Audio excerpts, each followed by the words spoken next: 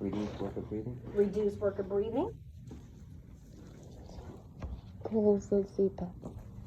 Recruit alveoli. Yep. Crude alveoli. Improve oxygenation, ABG. Improve oxygenation. ABG values. What other thing in the ABG would you hope would be decreasing? CO2. CO2 removal, okay? Because if we're recruiting lung, right, we're getting more units participating in gas exchange. And CPAP actually does help stent open the upper airway and the airways and improves ventilation as well. And you were saying recruiting alveoli, right, improving our FRC or establishing our FRC, especially for a newborn. Indications for CPAP.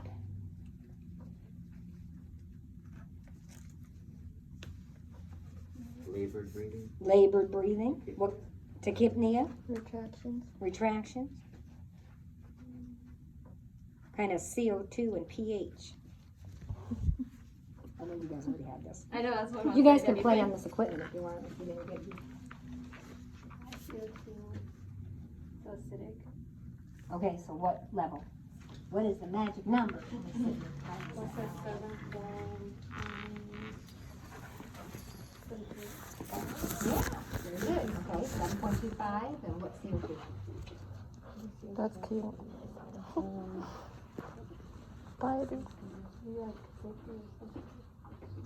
Less than 60.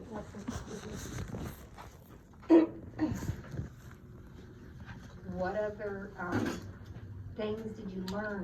What kind of diseases or disorders or would you want to put the CPAP on the patient? Indication. So cute. Post resuscitation. That baby needs. Oh, not. You know mine will.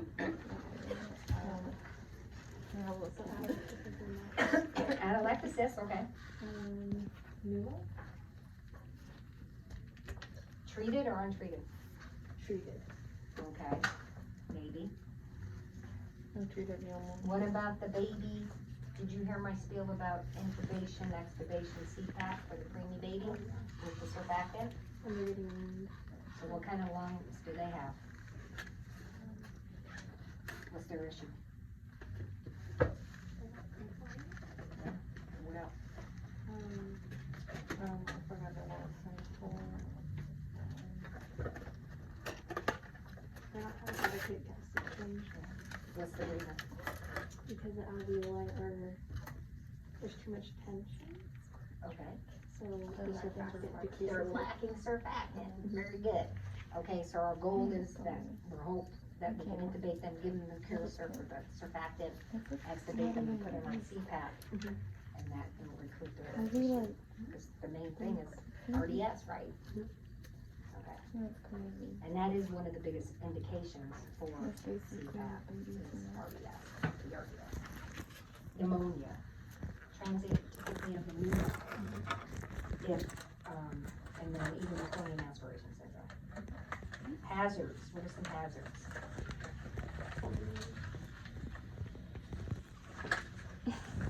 Diaphragmatic hernia. Diaphragmatic hernia is a hazard or contraindication. Very good. Apnea, yep, we're not gonna put it on an apnea baby, they have to be spontaneously breathing.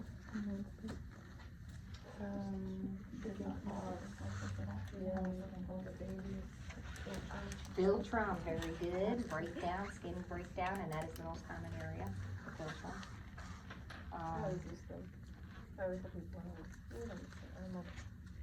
What else could we induce by use of positive airway pressure? Pneumothorax, okay, barotrauma, CPAP, or hyperinflation, over distension, right? Where does some of that gas go? Yeah, so what do we need to do? OG tube and monitor the girth, okay, make sure we're not blowing up the duct. And what does that do? from blowing up the gut. Those are the normal ones.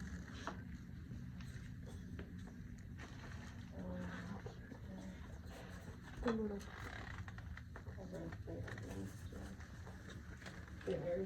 Sitting here in my belly.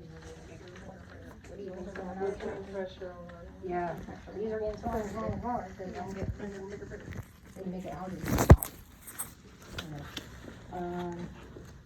Some contraindications, again, apnea, what other contraindications? Untreated pneumo. You need to go to break? Oh. Untreated pneumo, very good. You said the congenital diaphragmatic hernia.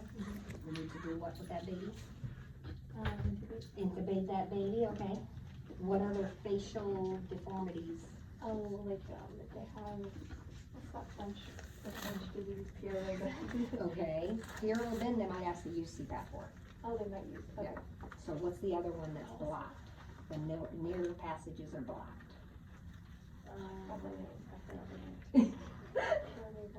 It's just such a weird Spinal name. atresia. Yeah, awesome, Kira. Gotcha.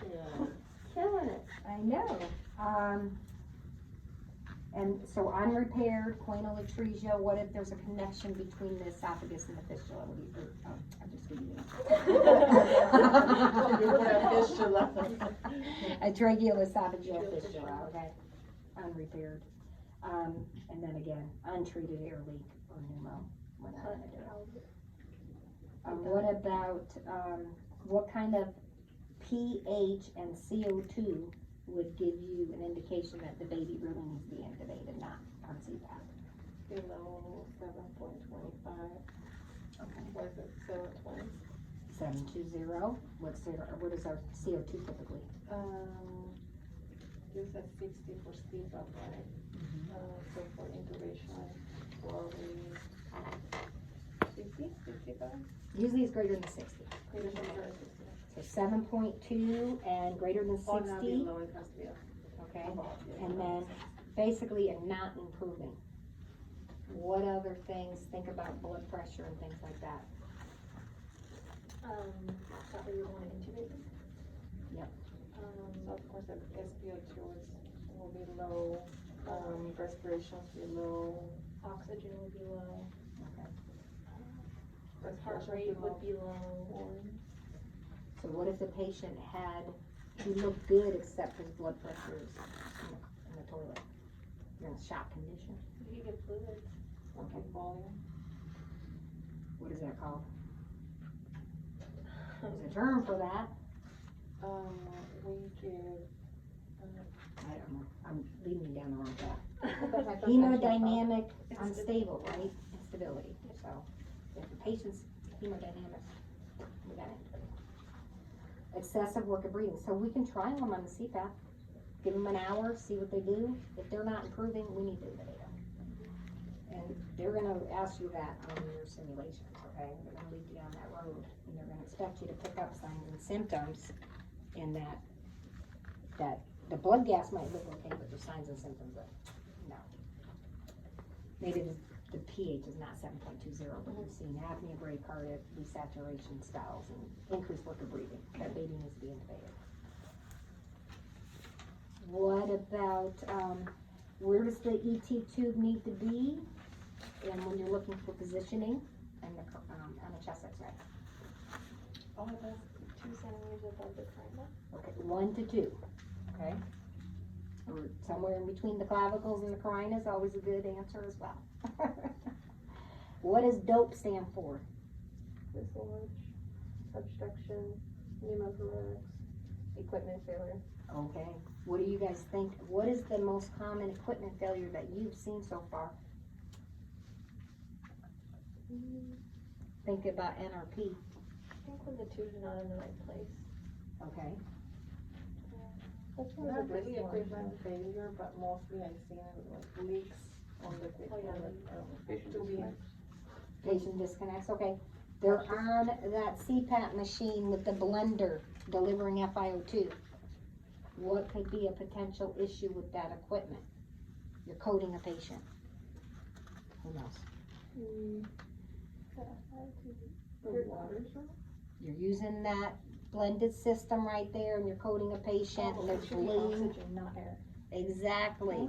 So when we use blended gas system, it is probably the most common thing for equipment that you need to look for is my blender set on 100% if we're deteriorated. Someone probably forgot to put that up. But I've seen it. You guys have seen it in NRP, right? Almost everybody's like, oh, I forgot the FO2. Which is fine. What about, how would you know the proper depth for ET tube placement for the neonate? Okay, Oh, so that is for an emergency situation, which is okay, but what does NRP tell us to do?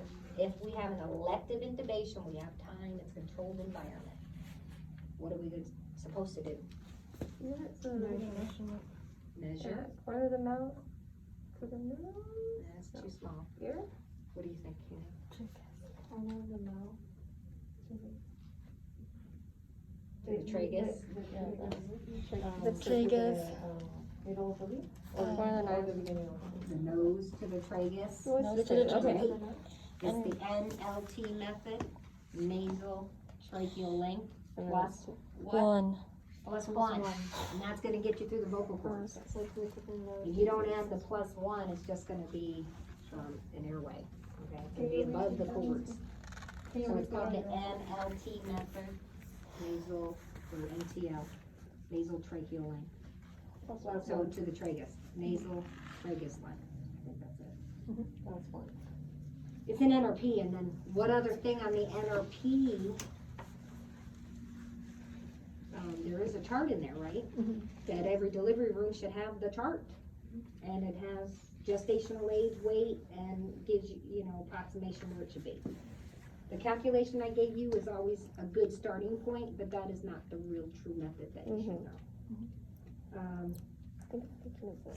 How do you know the depth of the ET tube for a bigger child?